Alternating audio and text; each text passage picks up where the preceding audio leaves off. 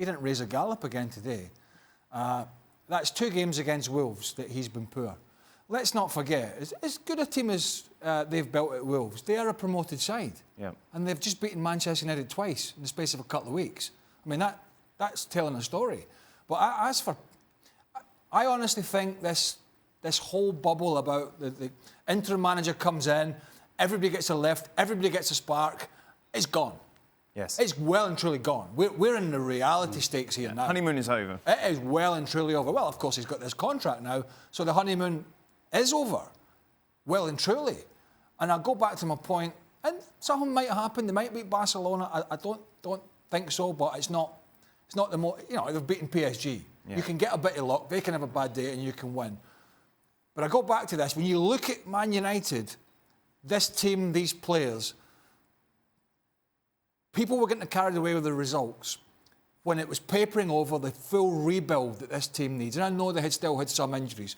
And the big question here is, and it's the point I was making early in the week, and Stevie was making it, is how can such an inexperienced manager oversee such a big rebuild of the biggest club in world football? Because if you don't think it needs half a dozen players because they've won X amount of games a few weeks ago, then you're living in cloud cuckoo land. And he needs Paul Pogba. You know, I gave Pogba a break when Mourinho was there because I thought most of it was all down to Mourinho. But the fact is, Paul Pogba, when Manchester United are doing well, he's front and centre. Yeah. But when they're not doing well, he disappears.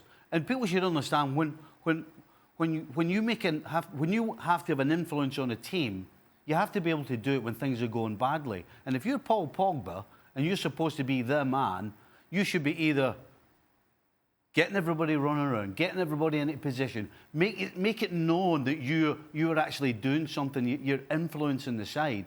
And that's the biggest problem. When Man United don't do well, Pogba disappears completely. I just tend to disagree a little bit. I think Paul Pogba is doing all the things that he's always been doing, and he even does it with the French national team. Shaq, what did he do today? The issue is little slide rule balls, and let me get to this point. Little slide rule balls into Lukaku, which Lukaku we didn't read or didn't understand, and Rice didn't pick up. I think the big difference here is this is a bang average Manchester United team. And I couldn't disagree more with Mark Ogden's article or what he's suggesting. Hold on.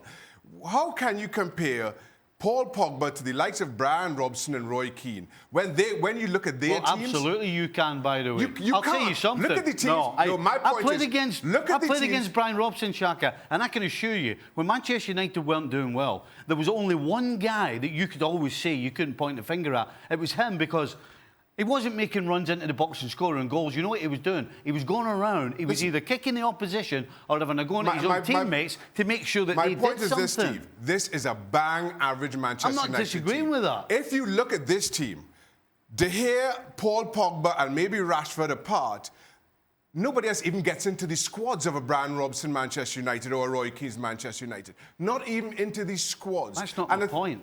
My point is an influence in a game. My point is there is nothing anybody can do to really influence this Manchester United. So he can't do more?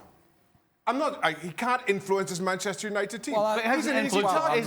He doesn't have any influence. He's an easy target because of his price tag. No. There is nobody outside of Messi and Ronaldo who comes into this Manchester United and has the kind of impact that we are asking of Paul Pogba. I'm not asking him to make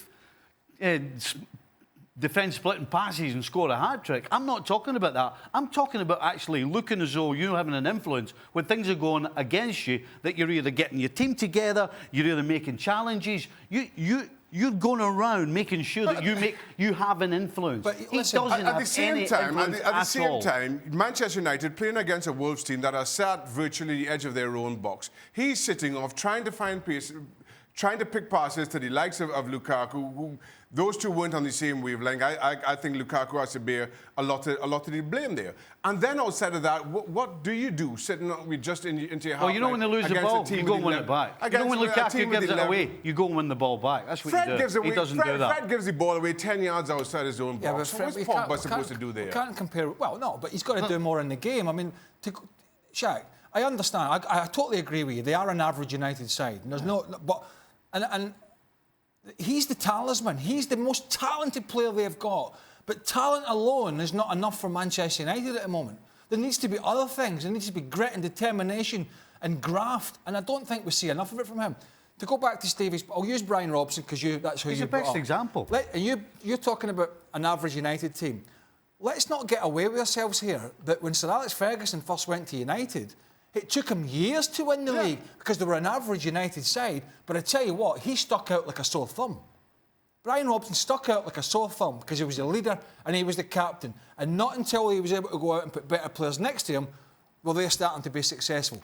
Anyway, the other side is Barcelona next, then West Ham, then Barca again, then Man City, then Chelsea. Ooh.